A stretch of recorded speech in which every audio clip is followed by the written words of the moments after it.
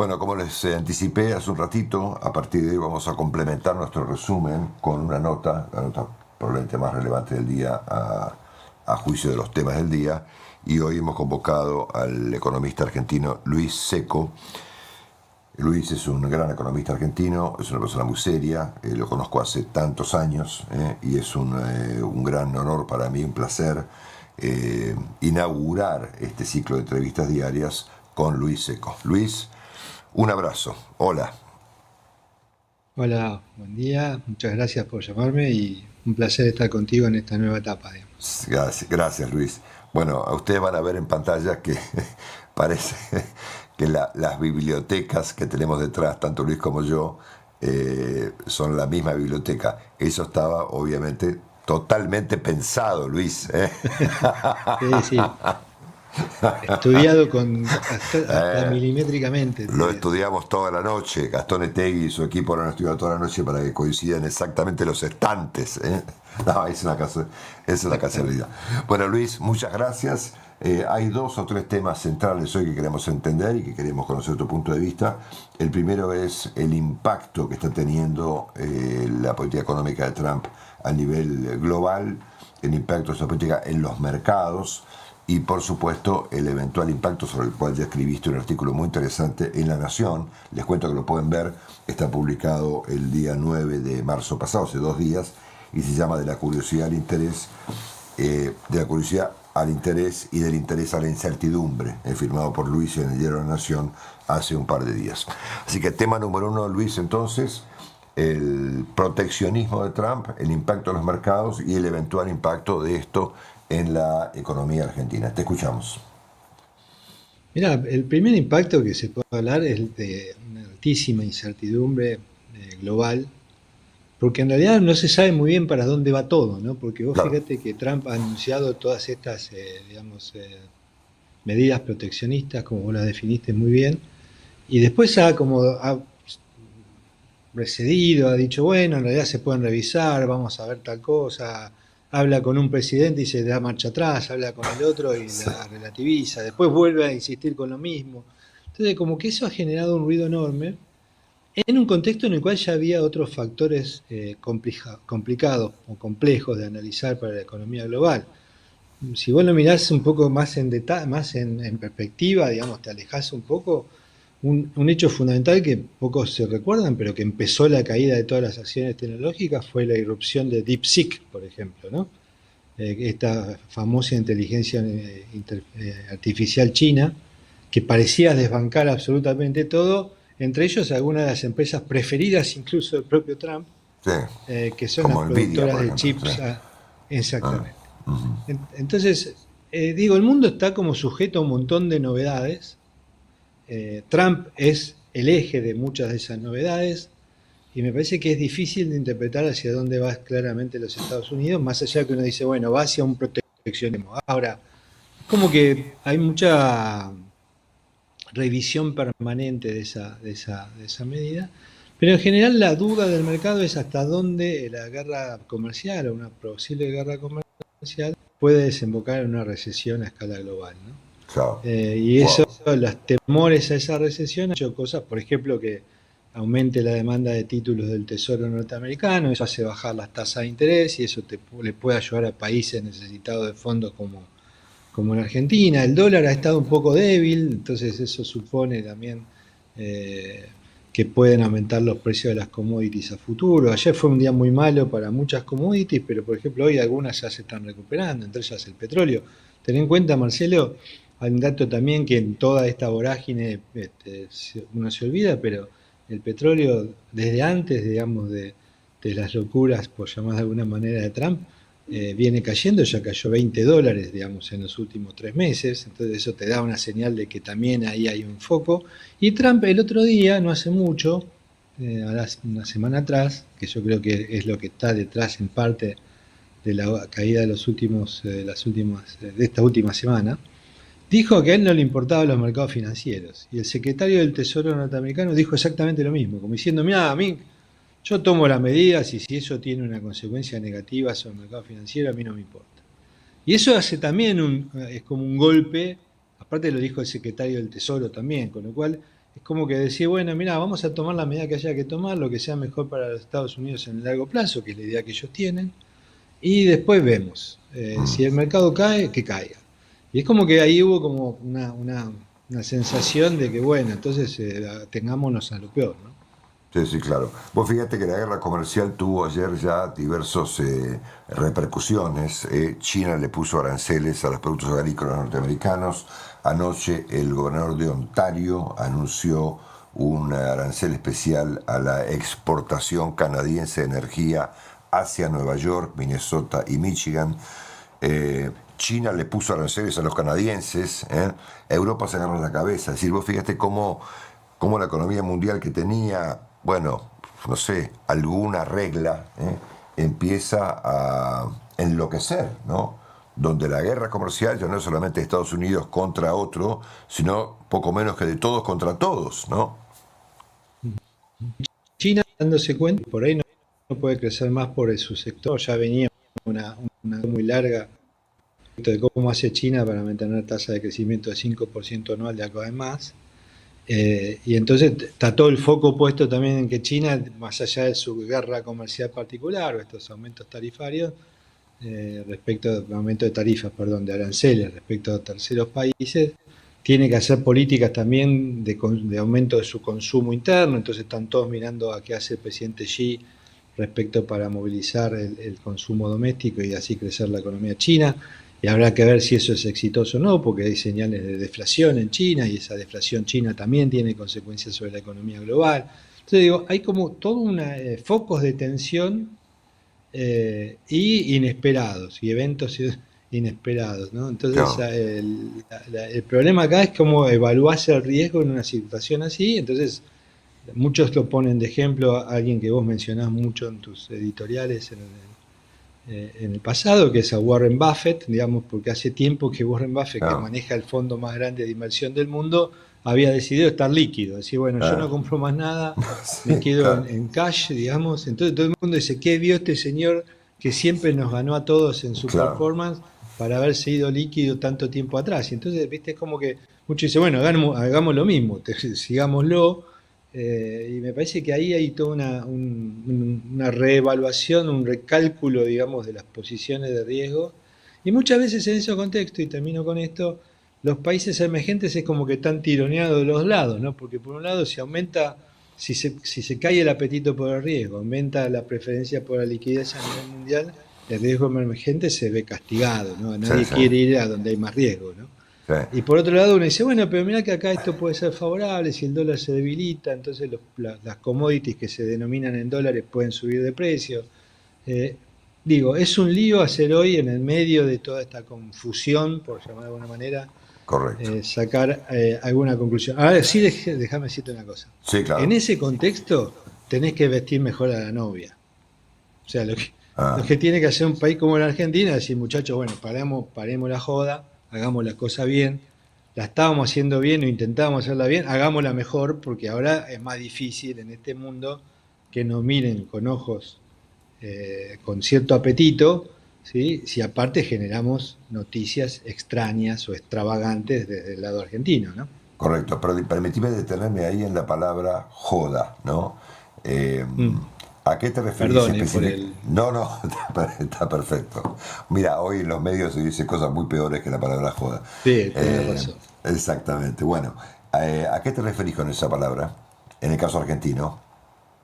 En el caso argentino me refiero a cuestiones que hacen... Mira, Argentina, como escribí en esa nota, fue siempre una usina de noticias Sí, extrañas. sí. El mundo de lo posible, lo verosímil. Entonces vos mirabas los diarios mundiales y Argentina era una curiosidad, ¿no?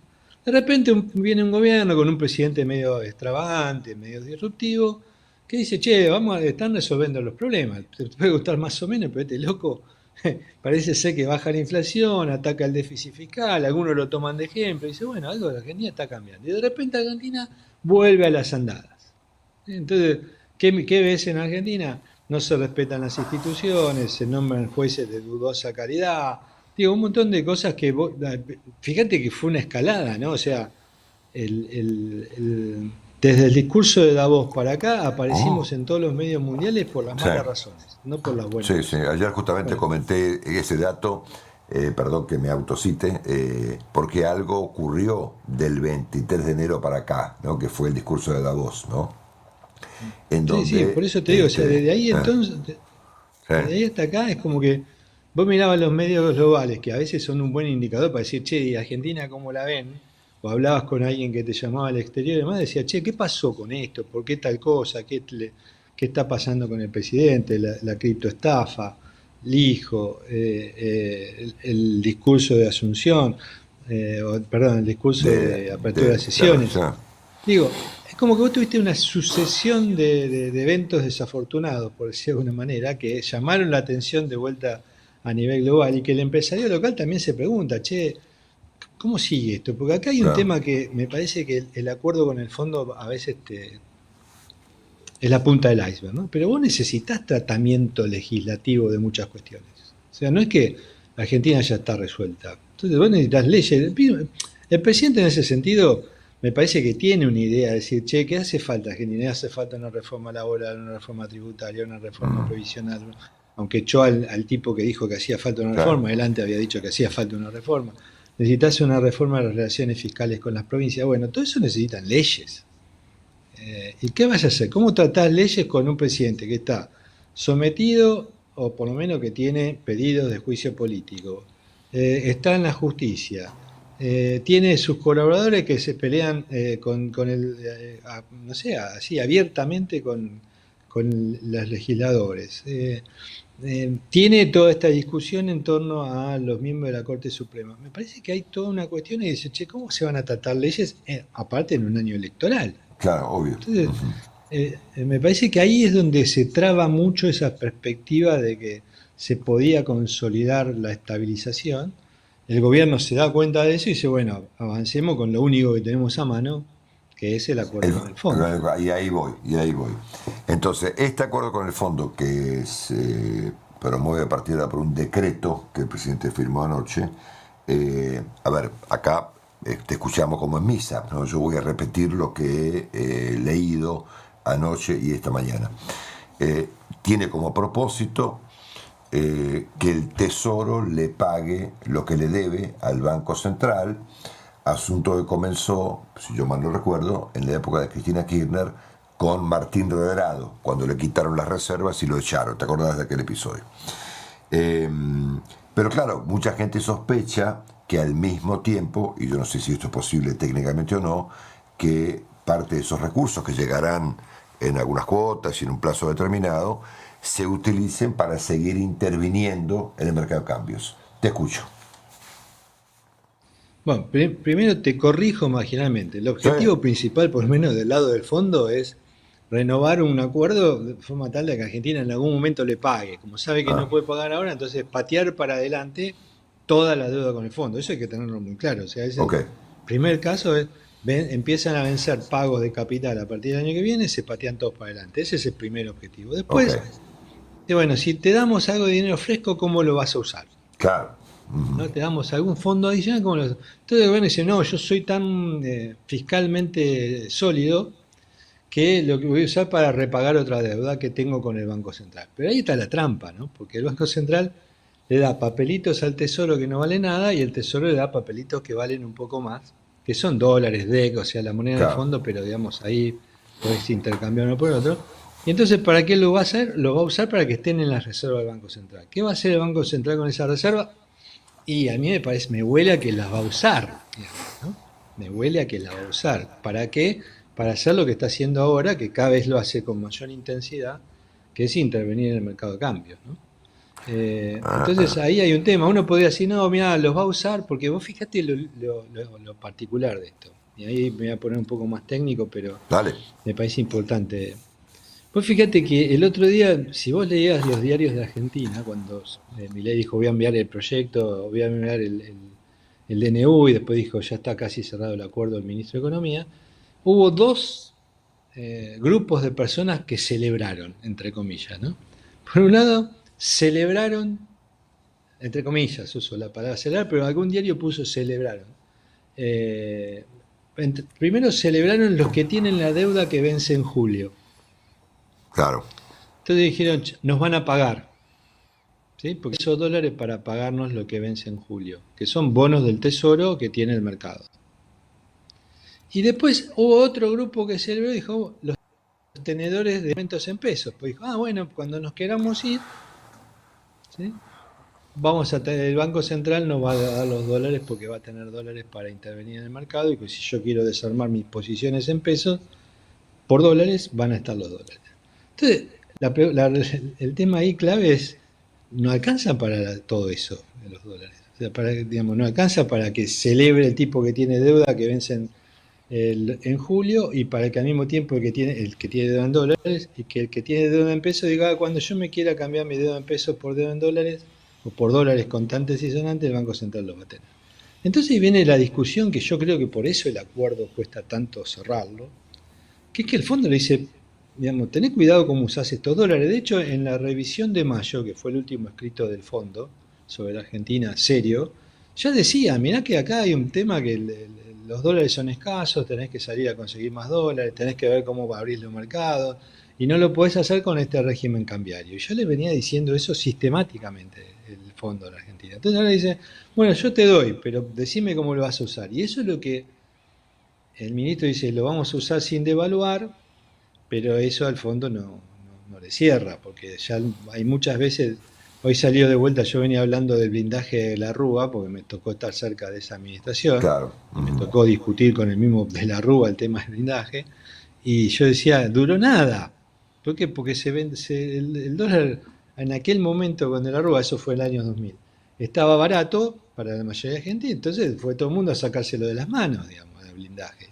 Y bueno, pasó con Caputo en la gestión Macri y ahora vuelve a pasar de nuevo, decir, che, ¿lo vas a vender barato o lo vas a vender a un precio más de mercado?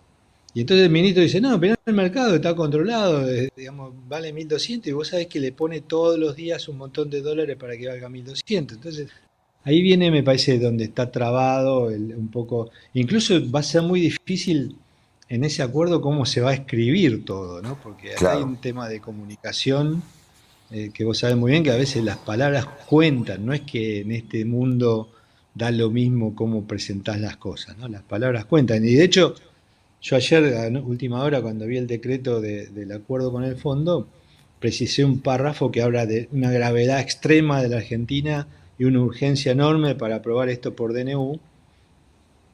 Y yo digo, muchachos, tengan cuidado también de cómo usan las palabras, porque hasta ahora el discurso del gobierno era que estaba todo bien, Claro, ¿no? O correcto. sea, que estaba todo bárbaro. Yo sé, yo entiendo, yo estoy haciendo un poco irónico, le juego un poco con las palabras porque entiendo que ponen todo eso para justificar un DNU.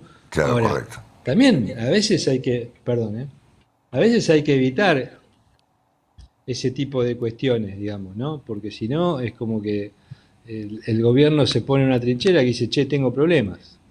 Sí. Bueno, esta parte ha sido central para entender el punto. Te hago una última, Luis, cuya respuesta me la imagino, pero te la voy a hacer igual.